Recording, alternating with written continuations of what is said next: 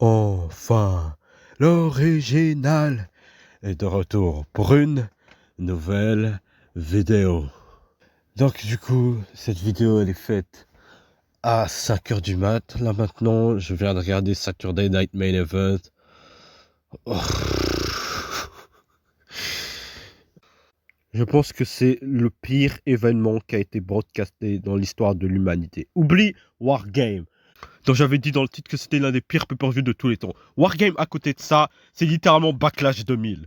Ce pay-per-view, on va pas appeler ça un pay-per-view, bref, Saturday Night Main Event, cet événement spécial, c'était totalement atroce en fait. Genre, je savais que John Cena, je prévoyais que John Cena, il allait perdre son dernier match, mais de cette manière, vraiment.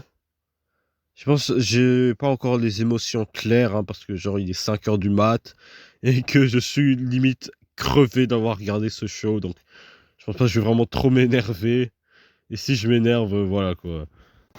Donc du coup, le show, il a commencé avec... Je sais même pas c'était quel match. Oh.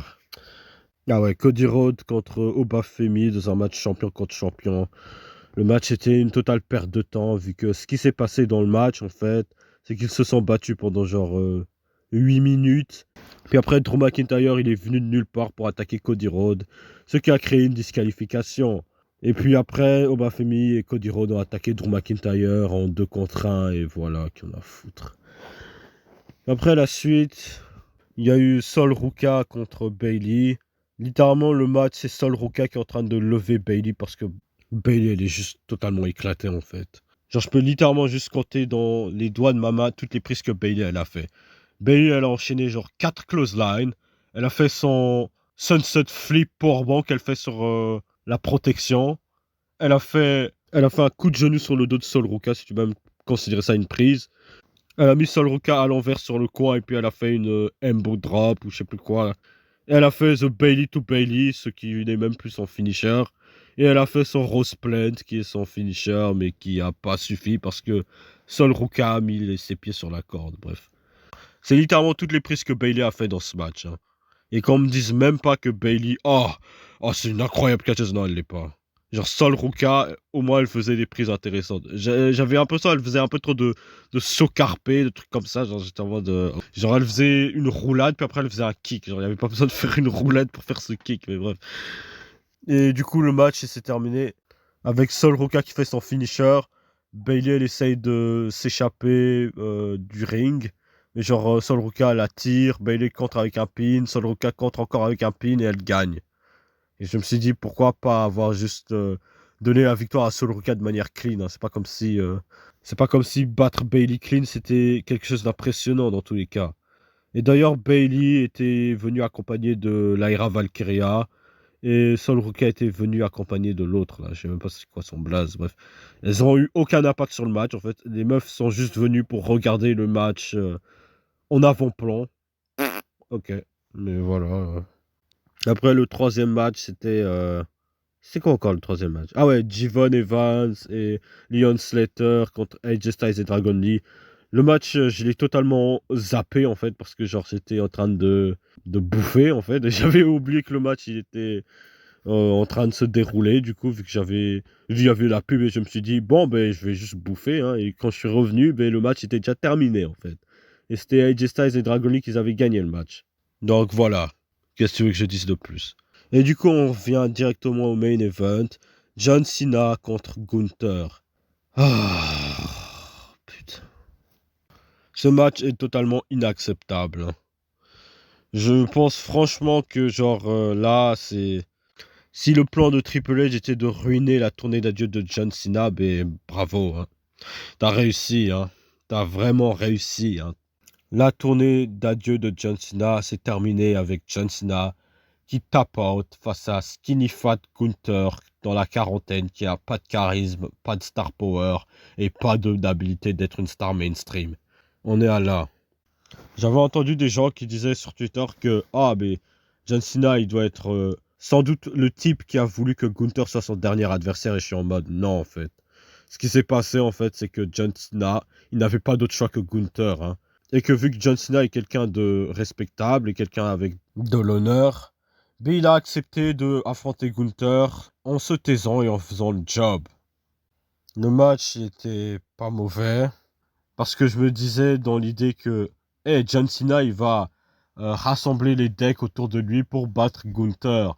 Mais ce qui s'est passé en fait, c'est que pendant un moment, Gunther il n'arrêtait pas d'essayer d'enchaîner sa slipper dégueulasse où il arrivait à peine à serrer assez fort son bras pour que ça donne l'idée crédible qu'il est en train de vraiment étrangler quelqu'un.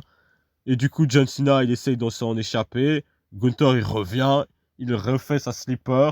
John Cena aussi, il avait fait une slipper sur Gunther qui peut être candidat à être l'une des pires slippers que j'ai jamais vues de ma vie. Mais bref, ça c'est... Je pense que John Cena n'est plus en situation de prendre le moindre sel à ce point-là. Mais bref. Du coup, Gunther, il fait une slipper à John Cena. John Cena, il commence à sourire en ayant la slipper de Gunther. Puis après, il commence juste à taper comme ça. Et du coup, le public est choqué. Je suis en train de me dire, ils ont pas fait ça quand même. Dis-moi qu'ils ont pas fait ça. Et la réalité est vraie en fait. Genre, je sais pas comment dire, comment j'ai réagi. Je pense que j'avais... En fait, je suis toujours en train de digérer ça en fait parce que genre, j'ai littéralement aucune émotion par rapport à ça parce que genre, je sais juste pas comment digérer ça en fait. Genre, peut-être que le lendemain, je serai en mode oh putain, John Cena vient de mettre fin à sa carrière et c'est ce putain de Gunther qui vient de mettre fin à sa carrière. Ah non, toujours pas, j'arrive toujours pas à digérer ça, mais bref. Du coup, John Cena, il reste sur le ring parce que Gunther, il part avec les huées. Hein. Après, t'aurais pu mettre n'importe quel à la place de Gunther, il aurait eu les mêmes huées. Donc voilà quoi. T'aurais pu mettre n'importe quel heel de NXT dans cette situation, il aurait eu les mêmes huées quoi. Et du coup, ce qui se passe, c'est que y a John Cena qui reste sur le ring. Et puis après, il y a Triple H et Stephanie McMahon qui viennent dans les huées massifs du public. Et là, je dis, c'est 100% mérité parce que bon sang de bois. Triple H, il sait ce qu'il fait. Il sait clairement ce qu'il fait. Hein. D'avoir fait cette tournée d'adieu à la con pour John Cena. D'avoir donné des storylines merdiques. Sans réel développement. Sans réelle cohérence. Et puis après, le donner comme dernier match Gunther, comme si c'était Goldberg en fait. Donc, voilà quoi. Bon, manquait plus qu'à la fin, il fasse un speech. Il a même pas eu de speech en plus de ça. J'allais dire, il manquait plus qu'il coupe son speech, mais le gars, il a même pas eu de speech. Il a juste enlevé ses chaussures, il les a mis sur le ring, puis après, il est parti en faisant le salut militaire. Oh, c'est vraiment atroce. Bref, Triple H et Stephanie McMahon sont venus dans le ring, des huées massives. Il y avait des gens qui disaient You fucked up! You fucked up! Et puis après, il y a Cody Rhodes et CM Punk qui viennent pour aucune raison. Ils les donnent leur championnat du monde à John Cena. Vraiment, je comprends pas l'idée de ça, en fait. Je pense que c'était juste un moyen de calmer le public parce qu'ils étaient clairement énervés contre Triple H. Hein. Triple H est, je pense, la pire chose qui soit arrivée dans le catch. Hein. Et je ne mens même plus à ce point-là. Hein. Je commence limite à regretter de l'avoir mis dans mon top 10, hein, parce que je commence à réaliser peu à peu à quel point sa carrière de catcheur est surcotée, en fait. Donc voilà, quoi, bref. Genre, je réalise, j'aurais pu mettre 1000 catcheurs à la place de Triple H. Genre, j'aurais pu mettre Shawn Michaels. J'aurais pu mettre Eddie Guerrero. J'aurais pu mettre même Magnum TA. J'aurais pu mettre Ultimate Warrior. J'aurais pu mettre Bret Hart. Bref, j'aurais pu mettre 1 milliard de catcheurs avant Triple H. Après, du coup, Triple H, il fait un serrage de main à John Cena et le public commence à huer encore plus. Puis Triple H fait un câlin et tu vois le sourire de Triple H. Il sait ce qu'il fait, ce connard. Hein. Il sait réellement ce qu'il fait. Hein. Quand on va regarder la tournée d'adieu de John Cena de manière postérieure, j'avais dit dans une autre vidéo, on va le regarder comme un désastre. Là, maintenant, quand on va regarder la tournée d'adieu de John Cena de manière postérieure, on va la voir comme un total enterrement. Triple H fait juste qu'ajouter une autre personne que il peut ajouter dans sa liste de gens qu'il a enterrés, en fait. Ça de se demander combien de gens Triple H l'a enterré, que ce soit en tant que catcheur et booker, en fait. Bref, le truc qui m'a aussi un peu énervé, en fait, c'est le fait que, genre, John Cena, il est tap out face à Gunther et que ce soit juste terminé comme ça, en fait. Si c'était pour faire ça, en fait, pourquoi fallait que ce soit Gunther spécifiquement? Parce que Gunther, logiquement, il va rien faire avec ça, vu que c'est déjà un catcheur établi, comme j'ai dit dans une autre vidéo. Donc Gunther, en fait, il gagne rien réellement. Parce que si les gens disent que, ah, Gunther, il va en ressortir beaucoup plus grandi par rapport à cette victoire contre John Cena, ça veut dire qu'il était éclaté de base.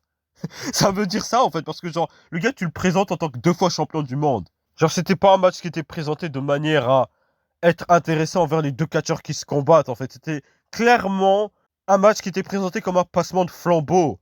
Parce que Gunther n'est pas cette grosse star dont les gens prétendent qu'il est, en fait. Il est juste pas ça. Donc voilà.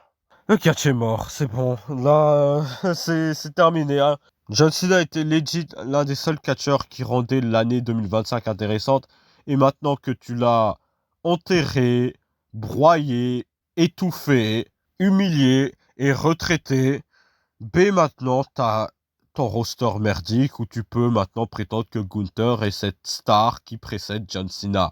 Ce qui n'est pas le cas. Gunther n'est pas cette star qui précède John Cena parce que Gunther n'a même pas un dixième du talent de John Cena. Donc voilà quoi. Je trouve vraiment ça assez triste hein, pour John Cena de partir de cette manière. Hein. Ça aurait pu vraiment être mieux hein, si quelqu'un d'autre était à la charge. Hein. Si le booking était beaucoup mieux.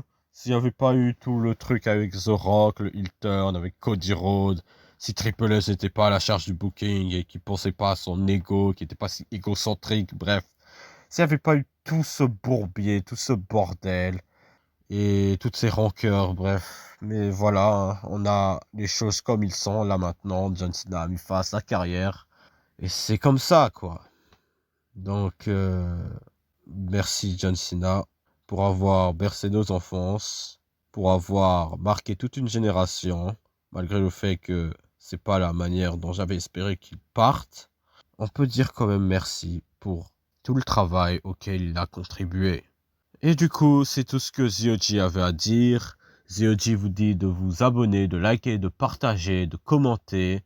Et ZOG vous dit à plus tard. Bref.